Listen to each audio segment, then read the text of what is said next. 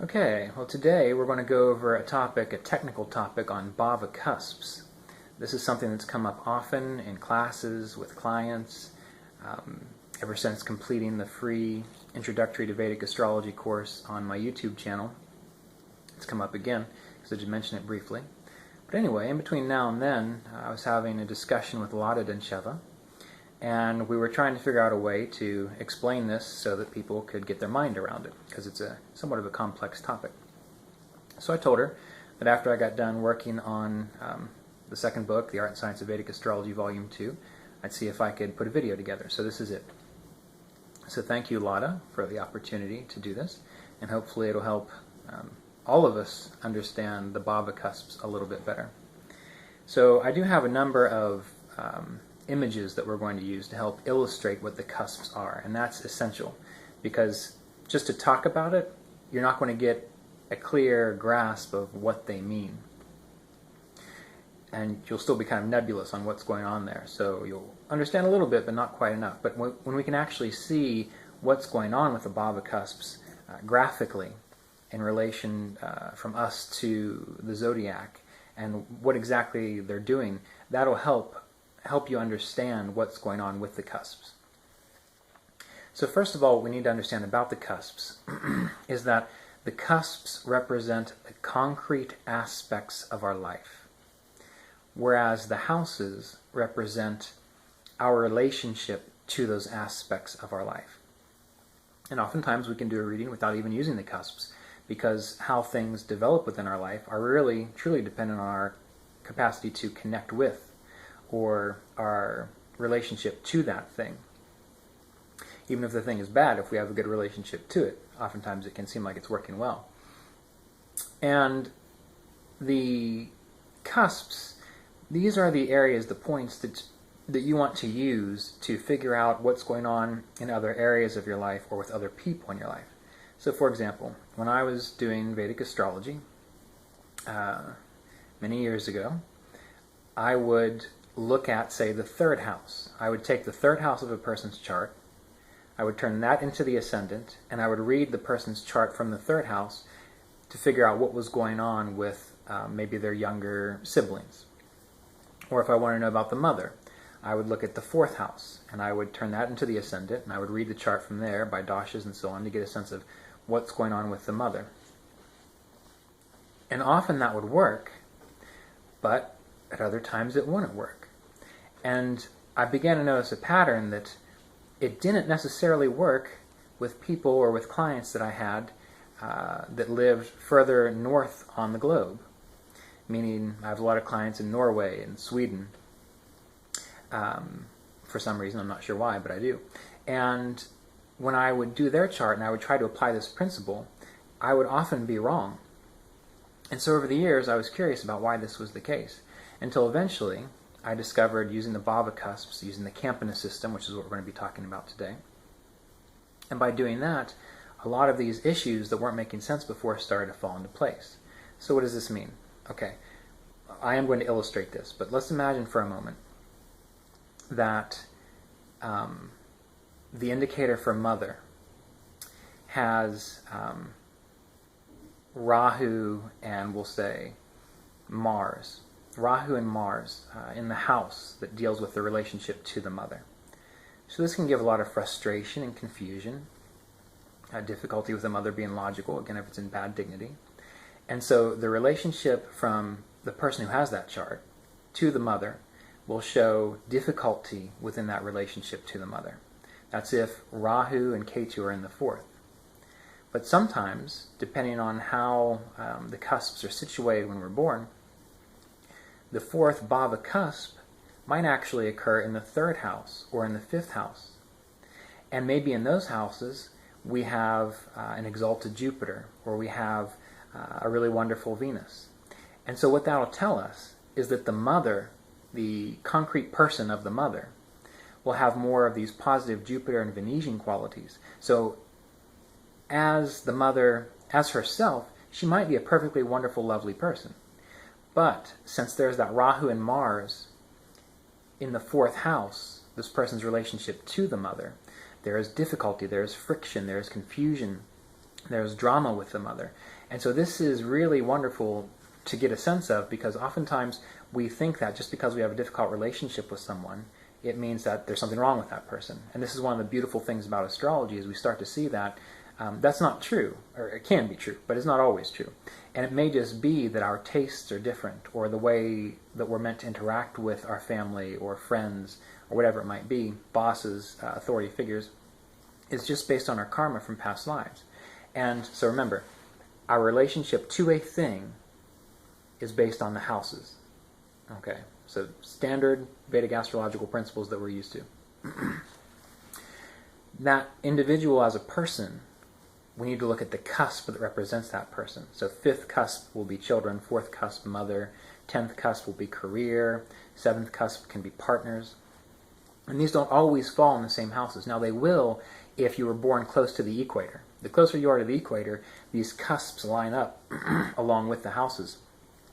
And it makes it easier. And so when astrology was practiced, primarily in India or places closer to the equator, we didn't have to worry about cusp systems or house systems too much, because it all lined up because we were close to the equator. But since the practice of Vedic astrology has grown beyond India and beyond that area in which it first formed, we have to figure out how it can work and adapt to these higher regions and these lower latitudes, or maybe not latitudes, closer to the North Pole and closer to the South Pole, which further indicates that point that we really need to treat astrology as a science that's growing, that we're discovering new things, just like any science, rather than just being bound by tradition. Tradition's great, wonderful foundation, but if we were still living in such a way that we thought the Earth was flat, or if we were still thinking that if you sailed out into the ocean you'd fall off, well, that was an old body of knowledge, and we eventually discovered new things and grew from it. So using the house cusp systems, not just the equal house cusp systems, or not just the Shripati system, but for example the Campanus, which seems to work very well, we're able to apply this science to more people more accurately. Okay, so enough of that introduction. We'll talk more about it when we get into the actual visuals, the graphics that I've brought up for us today. And so take your time with this. This is something that took me a long time to think about and consider. I think it takes a lot of people that way, unless you just have a natural way of understanding things spatially. And review this video so that you can understand what's going on. And remember, this cusp system and this whole idea, this also brings up the point that as astrologers, we're used to just looking at a piece of paper, and we really need to get a sense of astronomy, a sense of what's actually, go out inside and look in the sky, and you'll see that the zodiac doesn't just go right overhead. It actually, if it goes over the horizon slightly, depending on where you live, and I do have an example for that. And you also see that the way the planets rise and fall, to me, it was actually contrary to what I imagined based on looking at a chart. Because for years, I just looked at a chart, and I didn't even go outside and look at the stars.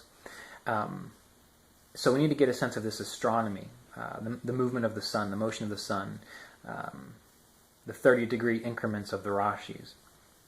And even when it comes down to the zodiac, one thing that you'll find if you actually look at a map of the zodiac, the constellations, that's what I mean, the actual constellations in the sky, you'll see that the constellations as stars, combinations of stars, are not just 30 degrees.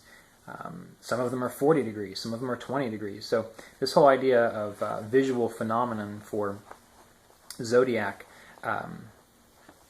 it's a good argument in some cases, but it's not a good argument in other cases. So the more we think about these things, we start to see the discrepancies, and we start to understand just how all this fits together in a logical fashion.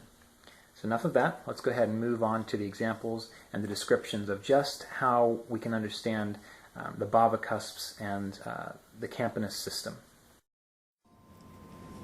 To understand these Bhava cusps, we have to understand what exactly we're looking at when we're looking at a chart and how these cusps lay out over the chart. So this is the Earth. We've got a globe here. And we're all born at different places on this globe.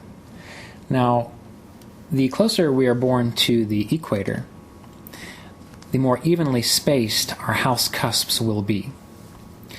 the further north we go, or the further south we go on this Earth, the more these cusps bunch up together. And this is a little more easily illustrated if we use some star maps, what we'll do here in a minute. But what we also need to understand is local space. And it's basically our view of the sky, the heavens, so the heavens and the earth together, and how we view it based on where we're born, or where we are. So this diagram here helps us to understand local space. Now this is not the globe. This is not what we were just looking at. This is the space that would be around you based on where you're born. So where my mouse is, that little dot right in the center of this sphere, that would be you at birth. And then all of this would be around you in a globe-like fashion. So a quick illustration we have to show that is here. So we have the globe. Here is you at birth, born here on the edge of Africa. And we see that the diagram we just had, it's not right around the globe, so it's not the globe, but it's a spherical space, local space around you based on where you were born, with you right in the center. Okay, so let's go back to this. Let's describe this.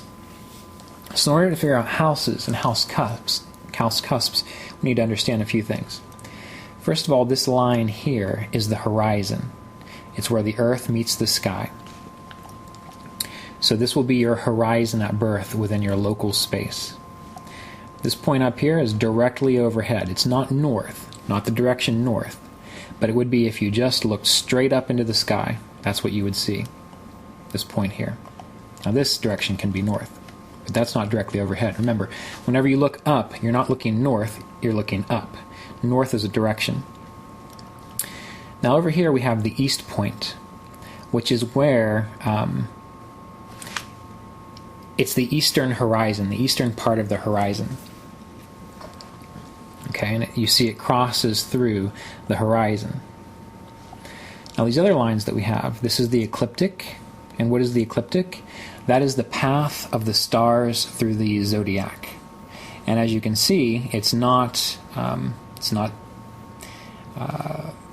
straight like you would imagine. Like you can see the horizon here, and that would be like a straight plane.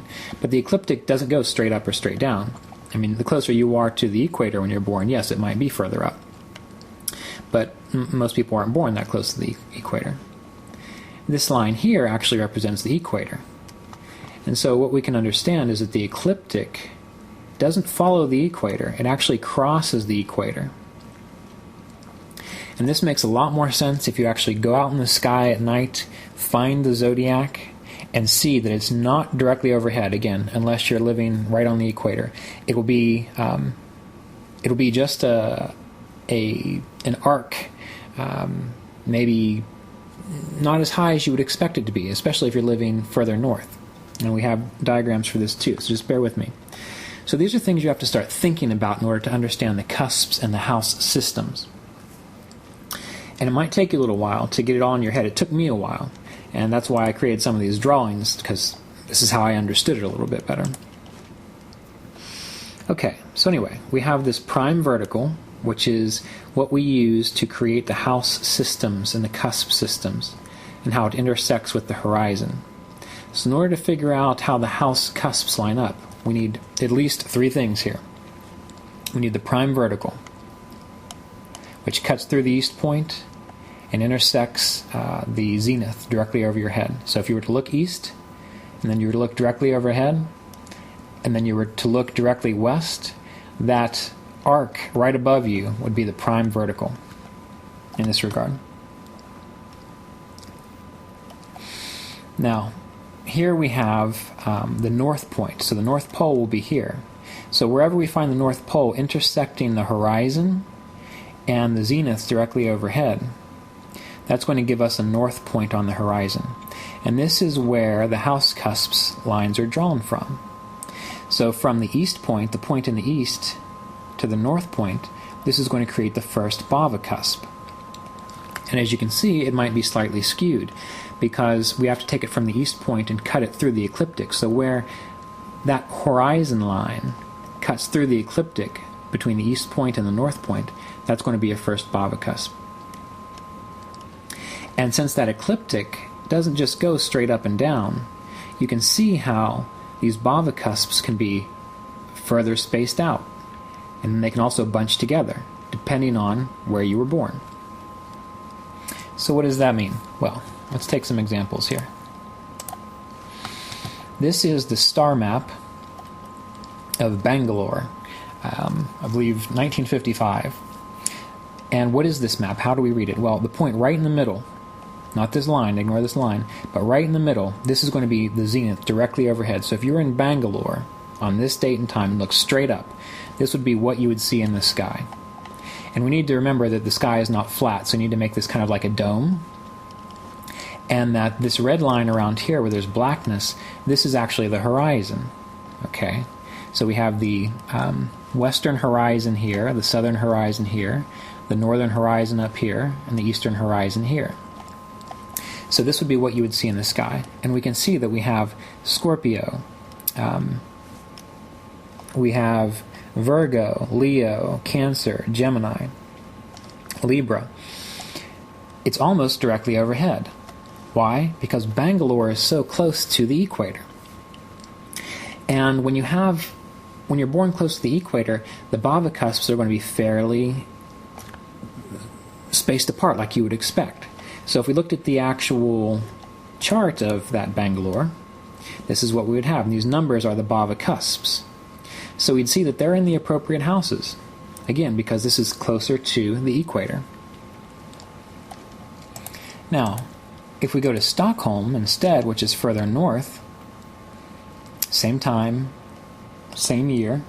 Again, this point right in the middle, that's directly overhead. That's if you just tilted your head and looked straight up. But what do we see? Now here are the star constellations of the zodiac. They're further, closer to the horizon. Let's look at the difference here. So Bangalore, zodiac almost directly across, right in the middle. Stockholm, further north on the globe, on the Earth, closer to the horizon. And because of that, that's what's going to make the Bhava cusps bunch up together. And so this is the birth chart for the same time, except in Stockholm. And what we can see is now these numbers represent the Bhava cusps. They're no longer where you would think they should be. We've got the first, the second, appropriate, but there's nothing in Aquarius. The third cusp gets kind of nudged over to Pisces. The fourth cusp gets nudged into Aries, which is the fifth house. The 10th and the 11th get nudged together into Libra. And so what that's going to tell us is that if we're reading this person's chart, and we try to read the person's chart about siblings from Aquarius, we're going to be wrong. And that's in relation to the siblings as an individual, as a concrete being that you can see. If we use the third Bhava cusp, then we would be more accurate in this regard, in regards to the concrete aspect, to the actual person that you can go and touch.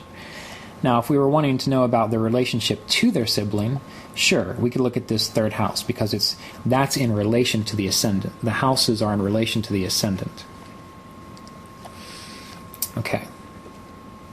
Now, let's look at something else here. So here is Stockholm, and we see here's Jupiter, here's Venus and Saturn.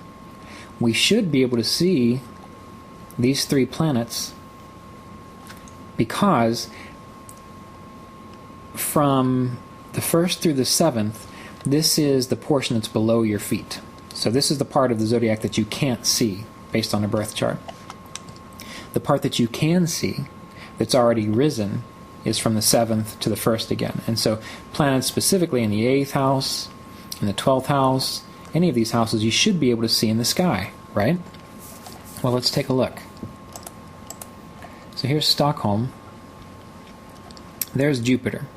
Now, how do I know that's Jupiter? Well, when I created the chart, I had a little more detail in the chart. So this is Jupiter. We can see Jupiter. But can we see Venus and Saturn? No. Venus and Saturn is not to be seen. Why? Because since we're in Stockholm further north,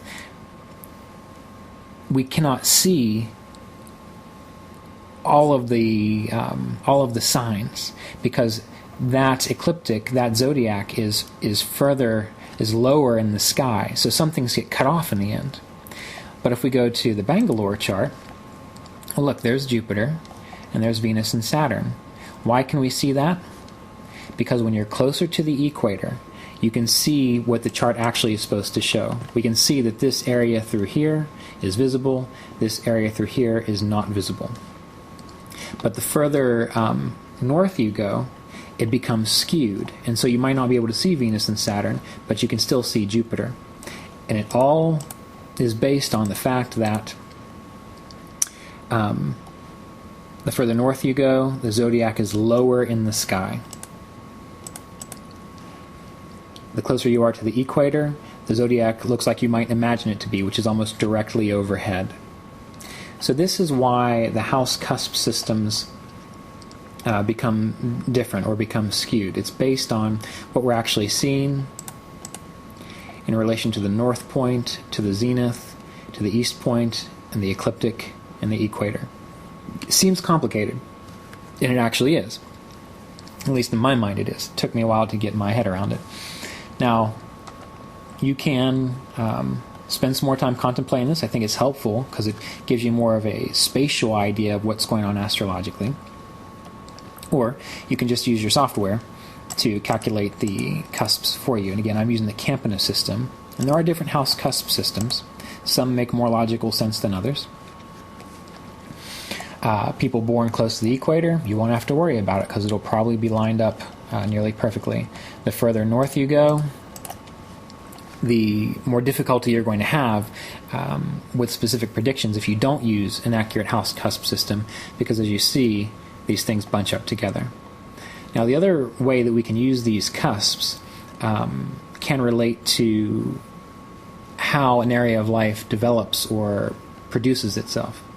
So for a Sagittarius ascendant, if we were just reading the chart as though this were the 10th house, which it is, and we were going to talk about career and status, well, we should give it a Virgoan quality, a mercurial quality. And this would be true if we were using a chart of someone born close to the equator, because we'd have the 10th cusp in the 10th house. But what we see with this chart is the 10th cusp falls in Libra. So to be more accurate about their career and the quality of their career and how it's going to express and manifest itself, again, not the relationship to the career, but the career itself, it would have more of a Venusian Libra nature, because the 10th cusp falls in Libra. So if you have Kala, you can use the Campanus system. I'm not familiar with other astrology software programs, so I don't know how they work, but you should be able to experiment with these things. But this should give you a little more accurate detail in regards to reading a chart and understanding why things might not necessarily work out the way you expect, because it's probably due to the cusp placement. And this is also very important for Logitatia Vashtas, and it's important for timing and prediction. Because, for example, you might see Mars in Pisces here, and you might end up start talking about Martian influences on the mother during a Mars dasha, and that would be applicable in regards to maybe you're going to have some more frustration or anger to be resolved with the mother, because that's the relationship to the 4th house. But this Mars is actually going to be more profoundly impacting the siblings, the 3rd house relationships, because that Mars is closer and in the same sign as the 3rd cusp. So as far as the actual physical being of a person, the well-being of a person, you would use Mars in relation to siblings rather than Mars in relationship to the mother, because that would be the 4th house mother.